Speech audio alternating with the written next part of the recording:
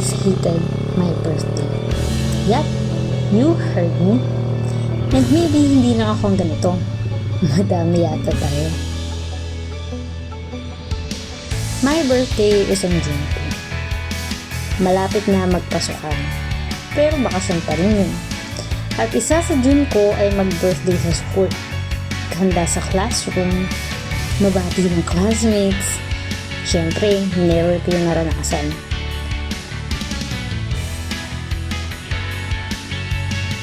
Nung high school ako, tuwing may mag-birthday, may tradisyon sa school namin. Pag birthday mo, yung mga artist sa dorm at sa classroom nyo, igagawa ka nila ng birthday banner at ipapaskil nila yun sa pinto ng room nyo sa dorm at sa pinto ng room ng section nyo. At kahit sino pwedeng magsulat dun sa banner para bumati sa'yo. Siyempre, di ko rin yun naranasan. Inggit na inggit ako.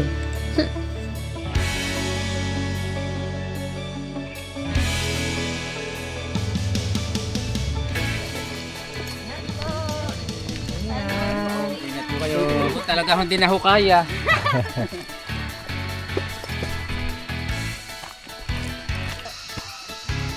Kapit na po kayo. Yes.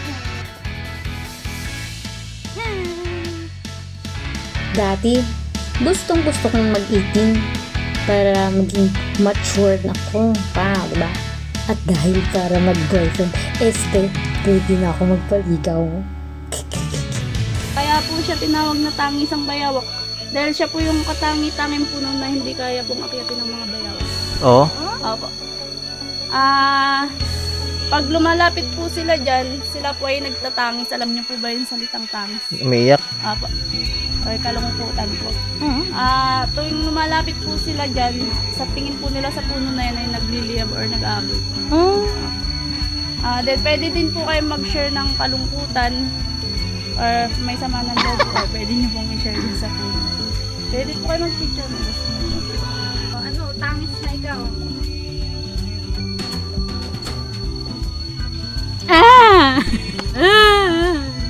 Bayawa ka na.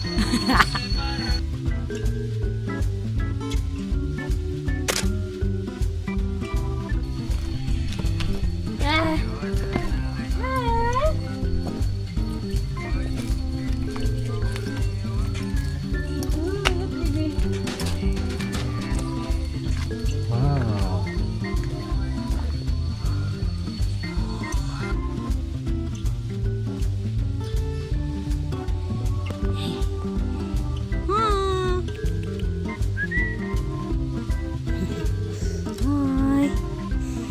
So cute! Pero habang nalalapit na yung 18th birthday ko, parang ayaw ko na ako. Ang team song ko pa nun eh. Ayokong tumanda. Ayokong tumanda kung hindi ka kasama. Cheesy, right?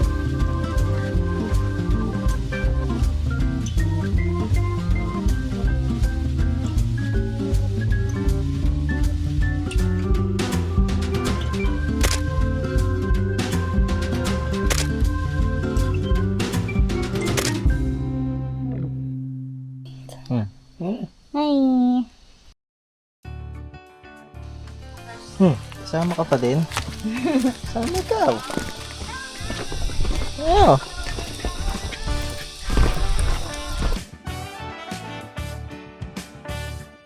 Kasama ikaw. Ayaw. Ayaw mo na, dyan ka na. Dyan ka na. Buntis po ako eh. Buntis eh.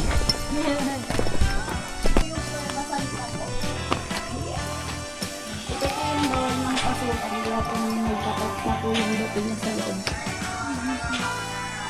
Kung magpipicture po, pwede po dyan lang sa gilid. Oh, kasama ka pa din. Ito po ay Unang ka talaga. yan po ay tagusan hanggang pagdilaw po. Dati po nung napapasukan pa siya. Really? Opo. Ginawa po yung daan ng mga hapon. Opo. Kaya po siya tinawag na Cueva Santa dahil nung una po may dinala daw po dyan mga santa. Yun po yung mga madre. Then hindi daw po alam kung anong ginawa sa kanila, kung dyan po sila pinatay or nilagay po ng mga hapon. Yes. Na Lamig. makikita po natin dyan ay Lamig ng stalagmite at hangin. stalactite po. Tsaka po yung mga paniki. Tsaka yung mga spider po. Spider. Gagana sa mukha mo. Bali, ang na... Sarap ng hangin dito, ang lamig. Oo nga. Parang may aircon. Meron siyang O baka yun yung mga kaluluwa ng mga... Yes! tawag namin na hagdang bato po. Ah, ito na Ako pala ito po yun. yung limestone po. Ito na sobrang dulas po siya. Dito na po tayo mag-iingat kasi may nauga-uga na din po siyang mga... okay. Alos mo. Ito din po ay hindi pinasemento ng mga mayor namin. Gawa po ng historical po siya. Oo.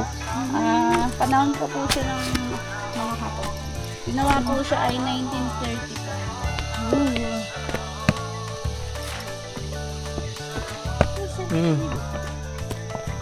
Hello.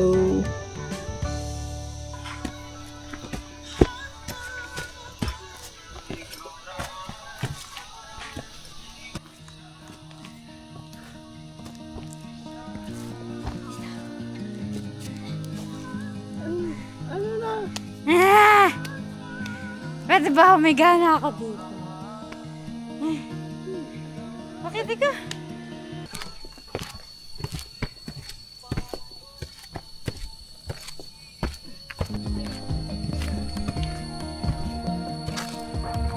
Ah, simentado na ito ah.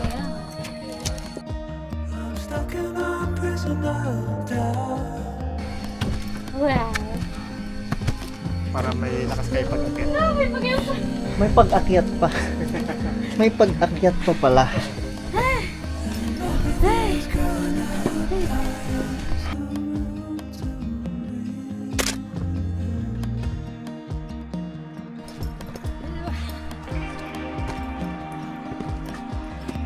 Grabe pala yung kubong yun. Ha. Talagang pahingahan bago sumabak.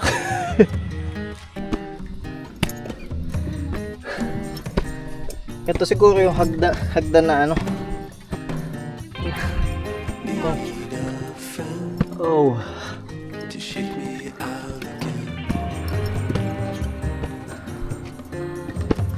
Wow. Wow.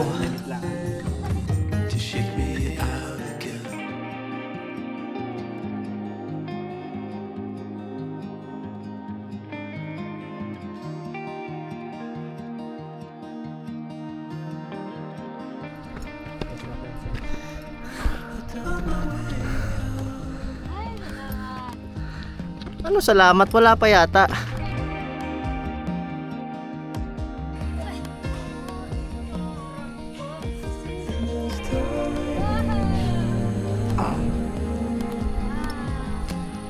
Wow. Ay dun daw yung ano, yung second summit. Ang layo. Ang layo. Magsisipline na. Oo. Zipline. Ay, nakarecord pala.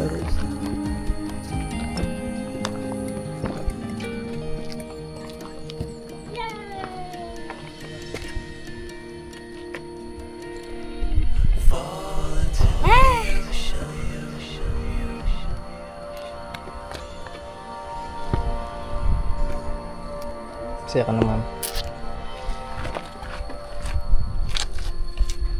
Scary.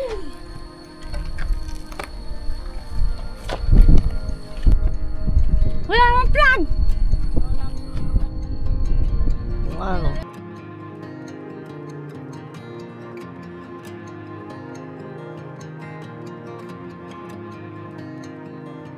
Reaching out, I'm reaching out.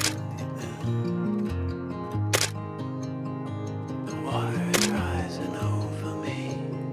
The water is rising. It's coming. I'm reaching out, I'm reaching out. The water is rising over me. The water is rising. I'm reaching. It's coming. I'm reaching. Sige po, thank you. Habang tumatanda ako, I always find myself chasing plot twists. Always waiting for something good to happen to me. Ang dami-dami kong wild imaginations at scenarios na nire-replay ko sa utak ko na parang super special ako sa mundong ito, diba? Na bigla na lang may bongga mangyayari sa akin na sobrang sasaya ko. But no one seemed to care. Or so I thought. Last year, hindi ko rin gaanong na-celebrate yung birthday ko. Kasi bukod sa pressure ng pag-review for board exams, gusto ng ate ko na samahan ko siya lumuwas ng Maynila. Kabuwanan niya na kasi noon at baka manganak na siya. Gusto niya sana magsistay kami sa isang bahay na malapit sa ospital para at least pag manganak na siya, eto na kami. At sobra ako nagpapanik internally kasi ayaw kong ma-disrupt yung routine ko pag nag-aaral. Pag mapupunta ako sa ibang environment, feeling ko mababaliw ako. Nag-iisa ako sa bahay. Birthday na birthday ko, but I felt so alone. Siyempre, nasa trabaho silang lahat. Yung ate ko, nasa asawa niya sa Bulacan. Kinatanghalian habang nagbe-breakdown ako sa tapat ng CR namin, nag-chat yung ate ko. Hindi ko na daw kailangan lumuwas. Kasi, nagle-labor na daw siya. What a roller coaster ride, right? I cried in relief after that. Dumating si daddy kasi nag-drive-thru siya sa McDo at inuwian niya ako ng favorite kong spicy chicken. I cried some more.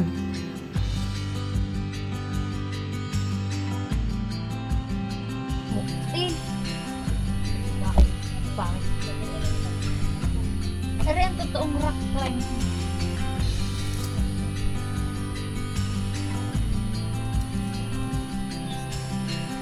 No, lulusot ka dun. No? Patawag.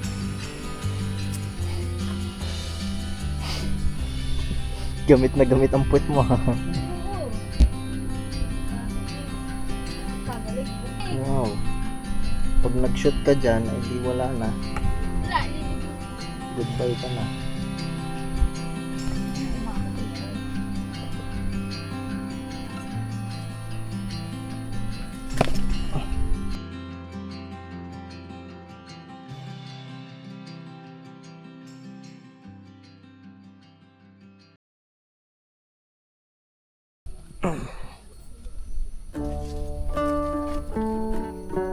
Ano din eh, ang makiat.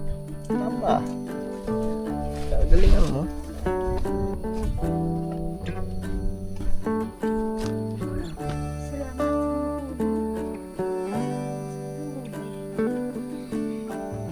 Sakto man!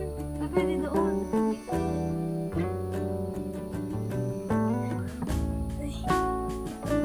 Galingan mo. Huwag kang bibitaw.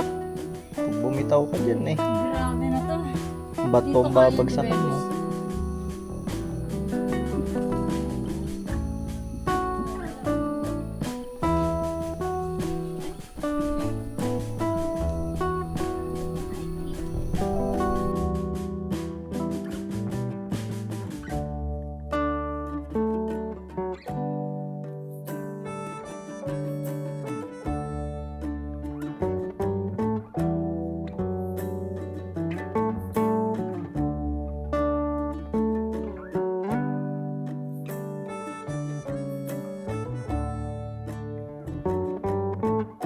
Libres. Buti hindi nabagsak yung batong yan.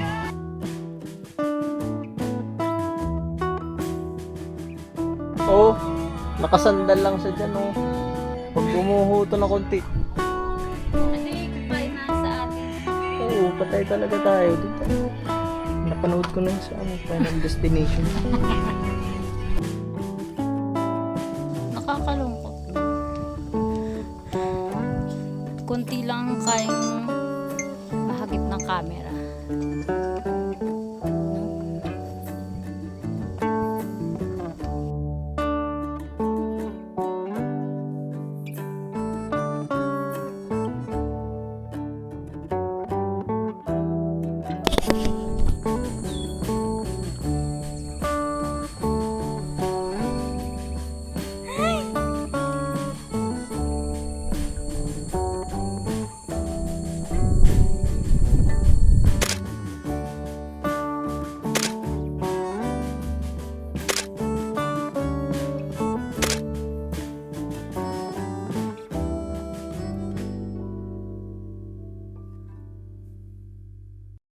I realized that my family is always with me.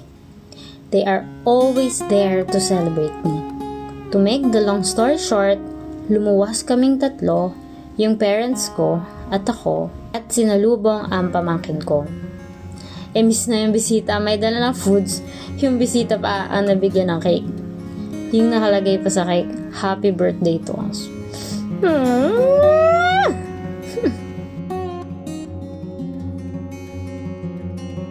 This 2026, I want to be more intentional with myself. At dahil ingitera ako dun sa friend ko na nag-hiking dito, sabi ko talaga sa asawa ko, Bibi, mag-hiking tayo.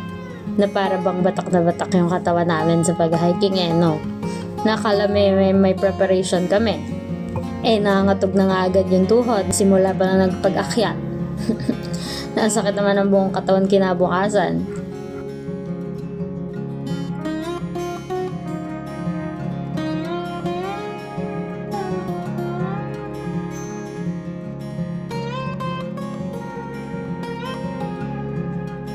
We climbed Pinagbanderahan that Sunday before my actual birthday. And I was so happy that I get to spend a day with my husband. So sobrang busy namin, we never really get the chance na makapag-date. Last na nga siguro namin yung nag-anniversary kami.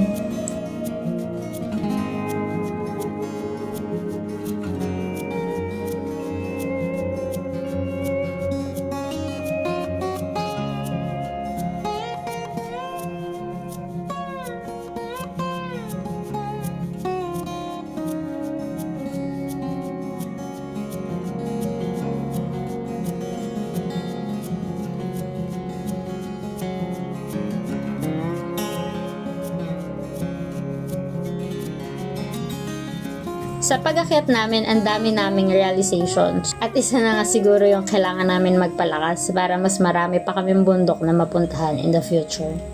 Kahit nakakapagod, ang saya-saya ng puso ko.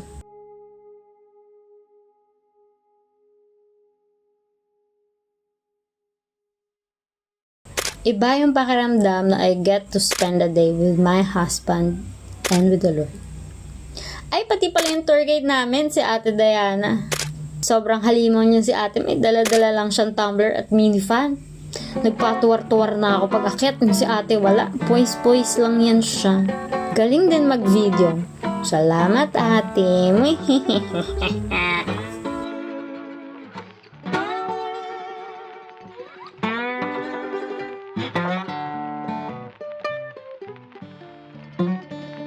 Thank you, Lord, for the gift of family, companionship, nature, good weather, or strength, and for my life. I have never felt so alive to be on this summit, to feel these emotions, to feel so small yet so significant. In my last year of being in my 20s, I hope to appreciate more of the little things, the things we so often take for granted. I hope to see more of what life has to offer, because truly, life is beautiful. And sometimes, we just need to take extra steps, or even hundreds of them, just to finally see it.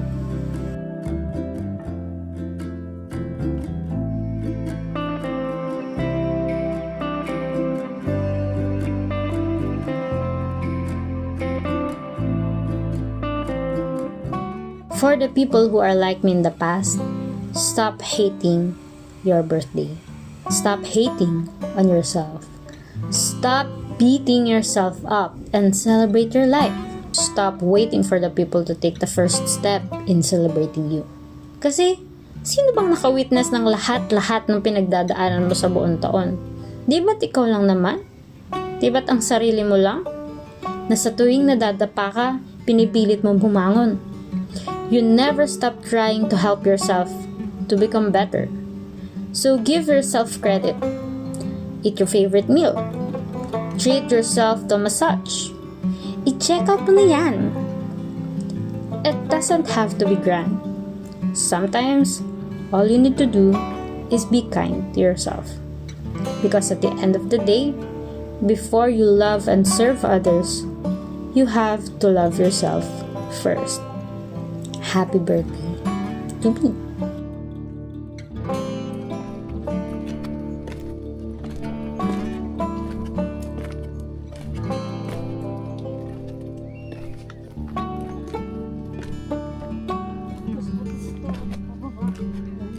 Madami pa tayong bababain.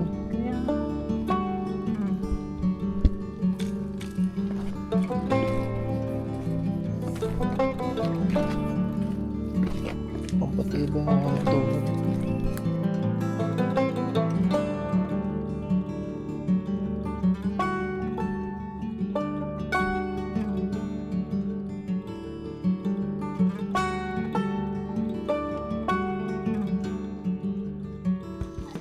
Yung nahuli. Ah! Ano yan? May mga kalaw pala dito. Ano yung kalaw? Hornbill. Doon lang ako nasakay nababa ako doon sa kalaw sa Maynila. Ala naman. Ibang kalaw iyon. Madaming doon nanda pag napunta sa school. Oh. Oh, ano?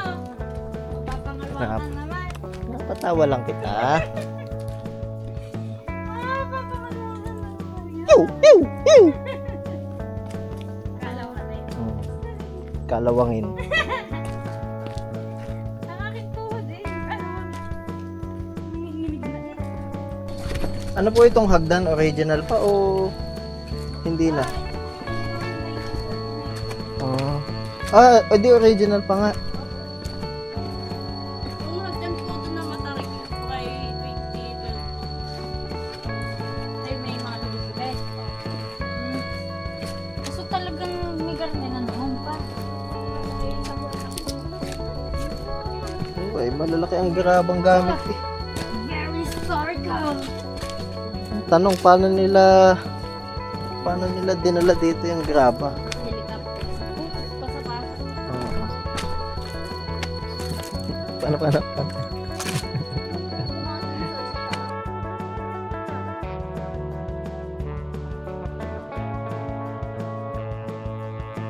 How sweet!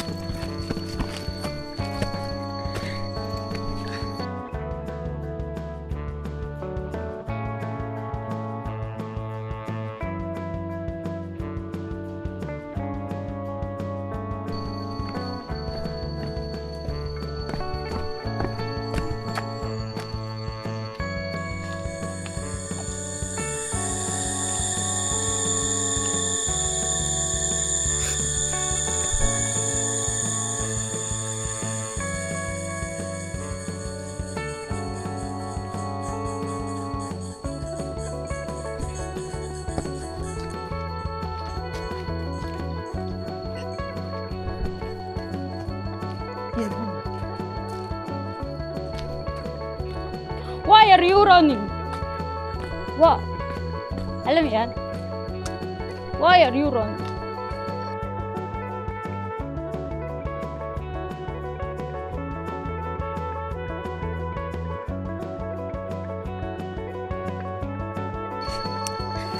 Ito daw ay pahingahan ng hapon. Sabi ko, ay, pahingahan ng hapo. Tama naman, tika. Ay, tika, paghapo ka na magpapahinga. Tama, no? Oo nga.